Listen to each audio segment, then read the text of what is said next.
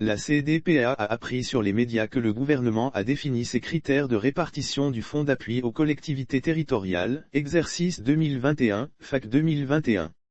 La clé de répartition des fonds tient compte de l'uniformité de statut, de la démographie, de la superficie territoriale et de l'indice de pauvreté des communes. C'est ainsi que chaque commune est dotée d'un fonds de fonctionnement et aussi de la moitié d'une dotation, non affectée, qu'elle gère pour ses investissements prioritaires. Ces deux fonds sont déposés sur son compte au Trésor public et doivent être intégrés au budget communal, exercice 2022. L'autre moitié de la dotation destinée aux investissements dans chacune des communes est affectée, d'office à l'Agence nationale d'appui au développement à la base, ANADEP, au titre de maître d'ouvrage délégué des 117 communes. L'ANADEP utilisera cette dotation pour exécuter, contre rémunération, des projets socio-économiques et éducatifs dans les communes. À cet effet, elle s'assure que les investissements projetés par chaque commune entrent dans l'enveloppe qui lui est allouée, via l'agence. L'ANADEP rend compte à la commission de gestion du FAC, qui en retour, lui règle ses honoraires. Les travaux exécutés par l'ANADEP sont inspectés par les communes concernées et sont suivis par la direction de la décentralisation. Le directeur général de l'ANADEP, par lettre circulaire en date du 19 octobre 2021, a donc sommé les maires d'accueillir dans les 10 jours suivant la réception de son courrier, une équipe qu'il a mandatée pour mener avec chaque maire, des discussions pointues, afin d'apprécier la pertinence des microprojets prioritaires à réaliser, conformément à l'arrêté interministériel fixant la répartition des dotations du FAC 2021. Au regard des informations en sa disposition, la CDPA prend acte que désormais chaque commune dispose enfin de fonds connus pour réaliser ses investissements. La CDPA espère que les dotations, non affectées, censées couvrir les réalisations effectuées par les communes elles-mêmes, ne seront pas des leurs, que les maires poursuivront toute l'année sans voir la couleur. La CDPA s'interroge sur la pertinence des critères retenus par la commission de gestion du FAC pour sa répartition des dotations, puisqu'il est établi que, les 13 communes du Grand Lomé n'ont pas un même statut en matière d'investissement que les autres communes, la taille des populations et la superficie des communes, dans leur état actuel, sont approximatives, car les ressorts communaux n'étant toujours pas connus comme l'illustre le litige qui a surgi entre deux municipalités. Lors du récent et scandaleux déguerpissement de vendeurs sur des trottoirs orchestrés par le maire du Golfe 5, l'indice de pauvreté utilisé est du ressort préfectoral, ce qui fait que dans une même préfecture, une commune rurale mal lotie, comme Ogou 4, est mise sur un même pied d'égalité qu'une commune urbaine relativement nantie, comme Ogou 1. Par ailleurs, la CDPA trouve qu'il est contraire aux règles de gouvernance que l'ANADEP, membre de la commission de gestion du FAC qui attribue les dotations aux communes et veille à leur bonne gestion, soit en même temps maître d'ouvrage délégué pour exécuter les projets financés par les dotations octroyées. La CDPA dénonce cette confusion des genres, où la même agence est juge et partie.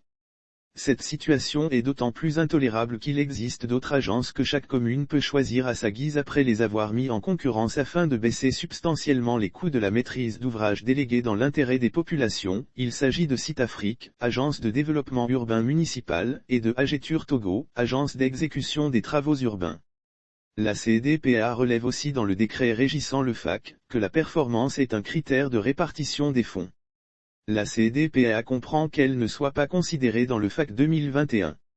Par contre, la CDPA s'étonne que ni le décret approuvant les critères de répartition des dotations du FAC 2021, ni l'arrêté interministériel fixant la répartition des dotations du FAC 2021, ni même la note au maire du ministre chargé des collectivités locales, n'ont daigné nous situer sur la conduite à tenir pour le FAC 2022. Quelle performance serait évaluée, celle des communes ou celle de l'ANADEP? Quels seraient les critères de performance? Tout se passe comme si un enseignant veut noter des copies, sans aucune idée de l'épreuve et sans grille de notation.